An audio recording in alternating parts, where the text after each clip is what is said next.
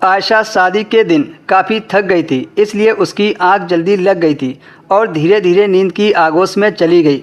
कुछ देर बाद आयशा को नींद में ही अचानक से महसूस हुआ। वो जब चौंक कर उठी तो उसके पति उसके पास बैठे थे और उनका हाथ आयशा के शरीर पर इधर उधर चल रहा था। उनकी आंखों में आयशा की देखने की हिम्मत नहीं हुई। उसे बहुत शर्म आ रही थी और शायद उसका पति भी आयशा की हालत को समझ रहे थे। फिर आयशा के पति ने नज़ाकत को समझते हुए वो भी वहाँ से उठकर बेड के एक किनारे लेट गए और सो गए।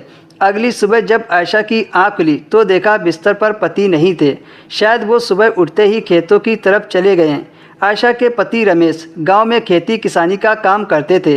रमेश एक सीधा साधा आदमी था। वो ज़्यादा किसी से बातचीत नहीं करता था। रमेश बस अपने काम से काम रखता था। उसकी शादी होने के बावजूद रमेश ने शादी की पहली रात को आयशा के साथ ज़्यादा जोर ज़बरदस्ती नहीं की थी। वो सोचता था आखिर पत्नी तो मेरी ही है, आज नहीं तो कल आयशा को मुझसे प्यार हो ही जाएगा।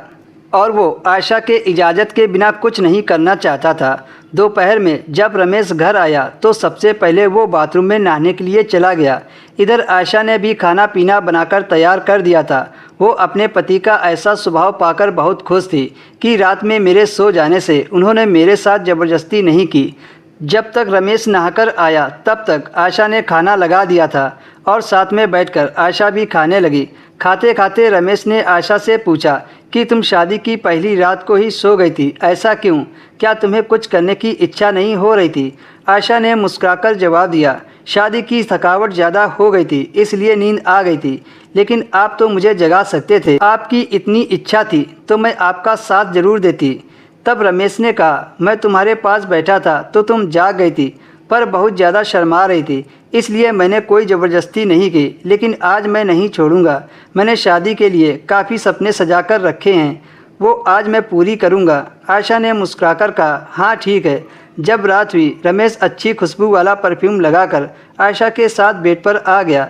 रमेश की भीनी भीनी खुशबू से आयशा मादक हो उठी। आज वो अपने आप को रमेश को पूरी तरह से सौंप देना चाहती थी। अगले ही पल रमेश आयशा पर हावी हो गया और दोनों की वर्षों की मिलन आज पूरी हो गई।